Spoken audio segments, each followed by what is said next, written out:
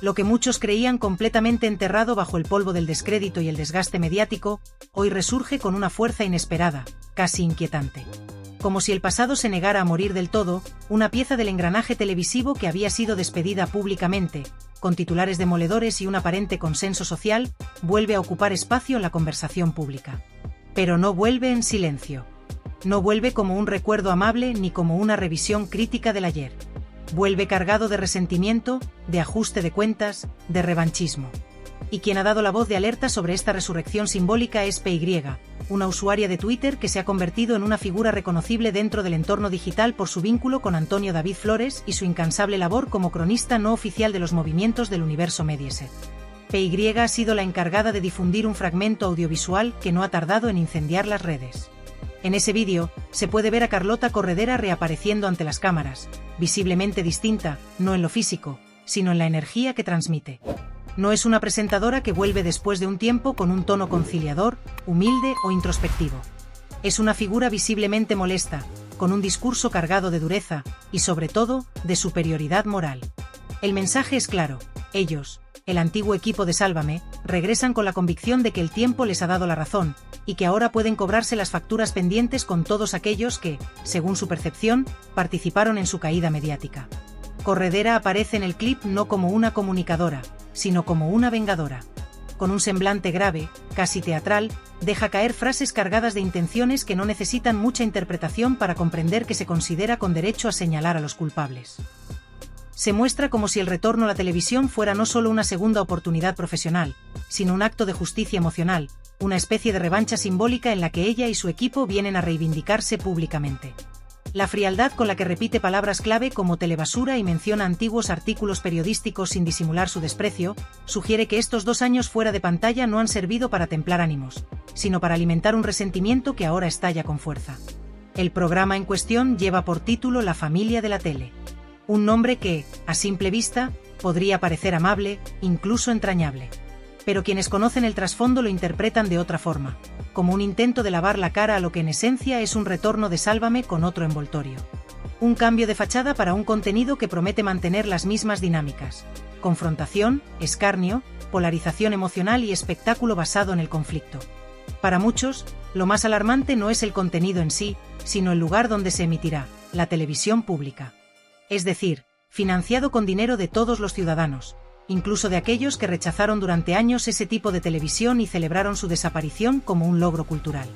Pero el detalle más inquietante de este regreso no es solo la estética o el contenido anticipado, sino la fecha elegida para el estreno: 5 de mayo de 2025. Una fecha cargada de simbolismo que no ha pasado desapercibida para nadie. 2 años antes, ese mismo día, el diario El Mundo publicó un titular que se convirtió en un hito informativo: Telecinco se despide de la telebasura, cancelan Sálvame de forma fulminante.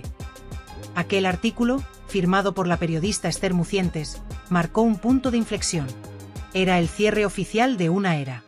El colapso de un tipo de televisión que durante años había dominado la parrilla, pero que también había sido criticado con dureza por su impacto en la sociedad, su tratamiento de ciertos temas y su uso de personajes públicos como carne de cañón mediática.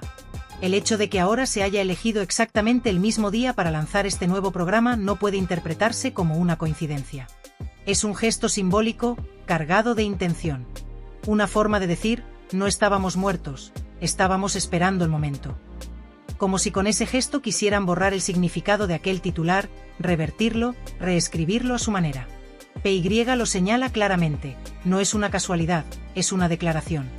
Una forma de recordar a todos, incluyendo a los medios que celebraron su final, que aún están aquí, que siguen teniendo poder, influencia y ahora incluso una plataforma financiada por el Estado para volver a proyectarse con fuerza. En ese mismo clip, Carlota no se limita a aparecer, sino que arremete contra el artículo de 2023 con un tono burlón, casi con sorna. Repite adiós a la telebasura con una mueca que mezcla desprecio con ironía. Lo que parece estar diciendo entre líneas es que ellos nunca se fueron del todo, que fueron víctimas de una campaña de desprestigio y que ahora vuelven con sed de justicia. Pero lo preocupante es el cómo. PY lo analiza con precisión. La mirada de Carlota, sus gestos, la forma en que se dirige a cámara, no transmiten serenidad ni madurez. Transmiten ira contenida, frustración acumulada, e incluso, según PY, una energía oscura que raya en lo inquietante. Llega a afirmar que muestra caras de psicópata, una expresión evidentemente extrema, pero que busca dar cuenta del nivel de perturbación emocional que muchos espectadores han percibido. Lo más grave, sostiene PY, no es solo el retorno de estos personajes a la televisión, sino la intención que traen consigo. No vienen a aportar, a reinventarse, a crear un nuevo espacio de diálogo o entretenimiento. Vienen a ajustar cuentas, a señalar, a castigar. A utilizar una plataforma financiada con dinero público para proseguir una lucha que consideran personal. Y eso, añade, es lo más preocupante de todo, que en vez de una televisión pública plural, crítica y regeneradora, se esté convirtiendo en un vehículo para reactivar antiguos conflictos, viejas guerras mediáticas y pulsos personales que nada tienen que ver con el interés común. Además, PY advierte que este regreso puede tener consecuencias más allá del ámbito televisivo. Reabrir heridas que parecían cerradas, reeditar enfrentamientos públicos entre figuras como Carlota Corredera, Antonio David Flores, Rocío Carrasco y otros protagonistas de aquella época puede implicar un repunte del acoso mediático, una nueva oleada de odio en redes y una polarización aún más fuerte entre bandos enfrentados. Todo esto bajo el amparo de una televisión pública que, paradójicamente, debería apostar por valores completamente opuestos. La sensación general, al menos en ciertos sectores de la audiencia, es de desconcierto e indignación. ¿Cómo es posible que, después de todo el rechazo social y mediático que sufrió Sálvame, sus mismos protagonistas vuelvan al primer plano con recursos estatales? ¿Qué tipo de reflexión ha hecho RTVE al respecto? ¿Dónde queda la responsabilidad ética, la coherencia con la crítica que se hizo entonces, y la promesa de construir una televisión más respetuosa, más inclusiva y menos corrosiva? Para PY, y para muchos como ella, este no es simplemente un cambio de canal o un nuevo proyecto. Es la puesta en marcha de una revancha televisiva sin filtros. Y lo más preocupante es que parece que nadie va a frenarla. Además, este regreso televisivo no se produce en solitario ni de forma inocente. Muy lejos de ser una simple vuelta de figuras conocidas a la pantalla, estamos ante una operación cuidadosamente planificada, con nuevos actores, nuevas alianzas y una narrativa tejida con hilos de cálculo y estrategia mediática. PY, usuaria ya conocida por su seguimiento crítico de todo lo relacionado con el universo de Sálvame y sus derivados, ha vuelto a encender las alarmas en redes sociales, esta vez con una advertencia que va mucho más allá del análisis superficial. Según sus palabras, en esta nueva etapa del programa no solo regresan rostros ya quemados por la polémica y el desgaste público, sino que se incorporan elementos externos que refuerzan la estructura narrativa de este nuevo relato audiovisual. Una de las incorporaciones que más ha llamado la atención, y que ha sido destacada con especial énfasis por PY, es la de un comunicador argentino que, al parecer, se ha prestado, consciente o inconscientemente, al juego mediático de este grupo. No se trata de un simple colaborador anecdótico ni de un personaje de paso. PY lo presenta como una figura central en esta nueva puesta en escena, alguien cuya presencia ha sido cuidadosamente diseñada para darle una apariencia de renovación al proyecto, una imagen de diversidad que, en la práctica, sirve para legitimar lo que ella denomina como un reciclaje de viejas estrategias de manipulación emocional y enfrentamiento directo. Este comunicador, que ha ganado notoriedad en ciertos círculos de prensa rosa latinoamericana, posee un estilo directo, visceral, casi teatral, que encaja a la perfección con la fórmula que ya se empleó durante años en el plató de Sálvame: emoción elevada al máximo, dramatismo constante y una capacidad notable para polarizar a la audiencia. Sin embargo, el análisis que hace PY no se detiene ahí. Ella va más allá y afirma que su presencia podría estar siendo instrumentalizada para reforzar una narrativa basada en el agravio, en el victimismo sobreactuado y en la construcción de enemigos públicos. Lo preocupante, según explica, es que quizás este hombre ni siquiera sea plenamente consciente de hasta qué punto está siendo utilizado como una herramienta más en una maquinaria de propaganda televisiva envuelta en aparente entretenimiento. Pero la estrategia no acaba ahí. Si la presencia de nuevos rostros sirve para renovar la fachada, la participación de antiguos personajes busca, según PY, alimentar el fuego que nunca se apagó. En ese contexto, aparece un nombre que resuena con fuerza: Marta Riesco.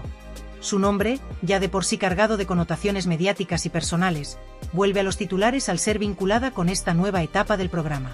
Riesco, periodista y figura muy vinculada en el pasado reciente a Antonio David Flores, no ha estado exenta de polémicas, declaraciones contradictorias y episodios de enfrentamientos con múltiples figuras del panorama mediático español. Pero lo que realmente ha provocado una auténtica sacudida en redes es la posibilidad, cada vez más real, de que coincida en plató con Rocío Carrasco. Esa posibilidad, de cumplirse, no sería simplemente un reencuentro tenso. Sería la reactivación de uno de los conflictos mediáticos más intensos y desgastantes de los últimos tiempos en la televisión española. Recordemos que tanto Riesco como Carrasco han sido protagonistas de relatos diametralmente opuestos, construidos en parte por los mismos medios que ahora buscan enfrentarlas cara a cara en directo. El nivel de exposición, de confrontación pública y de manipulación emocional que ambas han sufrido, y en muchos casos alimentado, ha sido abrumador. Un reencuentro en un plató, con luces, cámaras y redes sociales comentando cada gesto en tiempo real, no sería una escena de reconciliación, sino la escenificación milimétrica de un nuevo conflicto. PY, que se ha convertido en una voz de referencia crítica en este tema, no se limita a exponer hechos. Hace una denuncia clara. No estamos, dice, ante el regreso de un programa de televisión. Estamos ante el renacimiento de una maquinaria que, durante años, se alimentó del dolor ajeno, del conflicto perpetuo, del señalamiento público y de la explotación emocional sin escrúpulos.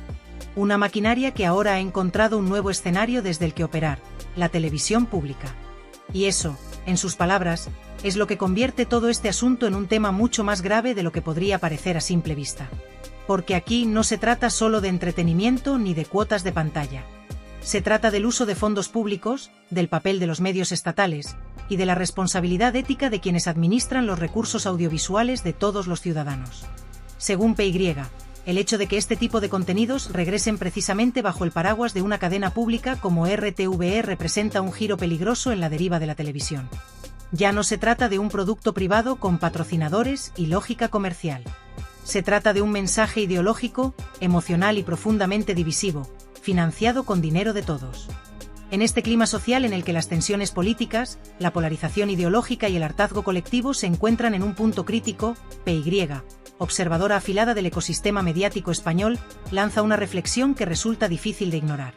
Y no lo hace desde el oportunismo, sino desde una genuina preocupación por el tipo de cultura audiovisual que estamos legitimando. Su pregunta, que a primera vista parece dirigida exclusivamente a quienes manejan los hilos de este regreso televisivo, acaba convirtiéndose en un espejo incómodo para toda la sociedad. ¿Qué dice de nosotros como país el hecho de que este tipo de contenidos regresen precisamente ahora, en el peor momento posible desde el punto de vista emocional y cívico? ¿Qué clase de tejido social estamos tejiendo si permitimos que los conflictos personales más viscerales se transformen, una vez más, en espectáculo mediático, y esta vez con financiación pública? Lo que hace PY no es simplemente alertar de la vuelta de un formato. Lo que pone sobre la mesa es la envergadura moral y cultural de esa vuelta. Porque no se trata solo de televisión. Se trata de qué tipo de nación estamos construyendo. De cuáles son los límites que estamos dispuestos a cruzar en nombre del entretenimiento. De qué valores transmitimos cuando, en lugar de promover contenidos que unan, formulan o inspiren, damos espacio, presupuesto y legitimidad a quienes convirtieron el prime time en un campo de batalla emocional. Y lo más grave, lo hacemos en el contexto de una televisión pública que no solo representa a todos, sino que se sostiene con el dinero de todos. Para PY, y para muchos que comparten su análisis, nada de esto es casual. Al contrario, lo interpreta como el resultado de una estrategia perfectamente orquestada, una operación mediática diseñada al milímetro con el objetivo de reescribir el relato público, reinterpretar el pasado con nuevas luces y sombras, y devolver al foco mediático a quienes habían sido apartados o deslegitimados por su comportamiento en el pasado.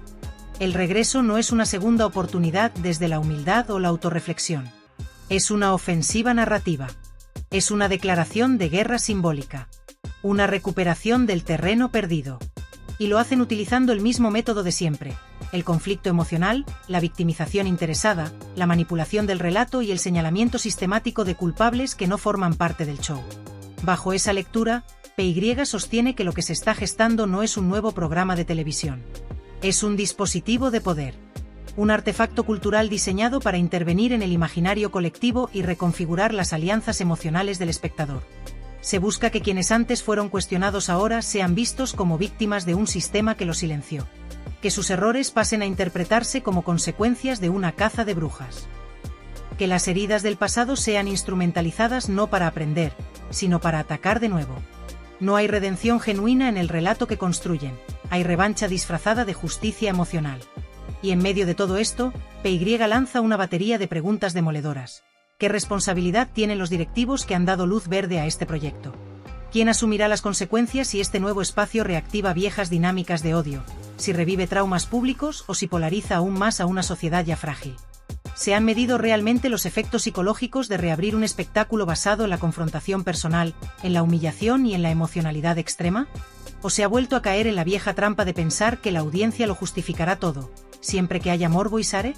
Pero PY no se detiene ahí. Va más allá. Denuncia que el contexto actual, marcado por el desencanto hacia las instituciones, la desinformación masiva y la saturación emocional, es el caldo de cultivo perfecto para que este tipo de propuestas resurjan con fuerza. Porque cuando la sociedad está cansada, confundida y emocionalmente fracturada, es más vulnerable a los discursos binarios, al relato de buenos y malos, al espectáculo que ofrece una catarsis rápida. Es entonces cuando el contenido más tóxico encuentra terreno fértil para prosperar. Y es precisamente eso lo que convierte este regreso en algo peligroso, no solo para la televisión, sino para el ecosistema emocional colectivo. Por eso, la advertencia de PY no puede ser más clara ni más grave: esto no es televisión. Es una maquinaria narrativa que busca sembrar rencor desde un espacio que debería estar consagrado a lo público, a lo colectivo, al interés general. Y al hacerlo, pervierte el sentido mismo de la televisión pública, convirtiéndola en un arma ideológica, en una plataforma de vendetta emocional, en un plató en el que no se debate ni se informa, sino que se ejecuta simbólicamente a quienes no forman parte del relato autorizado. Y eso, dice PY, ya es demasiado. Sus palabras finales no son una simple opinión ni una crítica descontextualizada. Son, más bien, un grito de alerta. Porque lo que está en juego no es solo un formato ni un canal. Lo que se pone en peligro con este tipo de operaciones mediáticas es el pacto cultural que sostiene nuestra convivencia, el marco simbólico en el que construimos sentido colectivo. PY lo advierte con contundencia: si permitimos que los espacios públicos sean ocupados por quienes solo buscan dividir, señalar y ajustar cuentas personales, estamos renunciando a la posibilidad de construir una cultura audiovisual que nos una, que nos cuide, que nos represente en la pluralidad. Y es ahí donde su mensaje adquiere una dimensión casi ética. No podemos permitirnos otra guerra televisiva disfrazada de espectáculo. No en este momento. No con este contexto. No con esta herida social todavía abierta. Porque la televisión, cuando se convierte en campo de batalla emocional, no solo destruye a sus víctimas, también fragmenta a su audiencia, la convierte en cómplice del conflicto, la arrastra al fango del enfrentamiento simbólico. Y eso, concluye PY, no es entretenimiento. Es un experimento de polarización financiado con dinero público. En definitiva, el regreso de este formato no es inocente, ni casual, ni espontáneo. Es una declaración de intenciones. Es una provocación cultural. Y también una prueba de fuego para quienes todavía creen que otra televisión es posible. Porque si no se alza la voz ahora, si no se denuncia esta maquinaria antes de que se ponga en marcha, si no se desenmascara el verdadero propósito de este renacer, corremos el riesgo de que la pantalla pública deje de ser un espacio de encuentro, para convertirse, una vez más, en el espejo más cruel de nuestras fracturas como sociedad.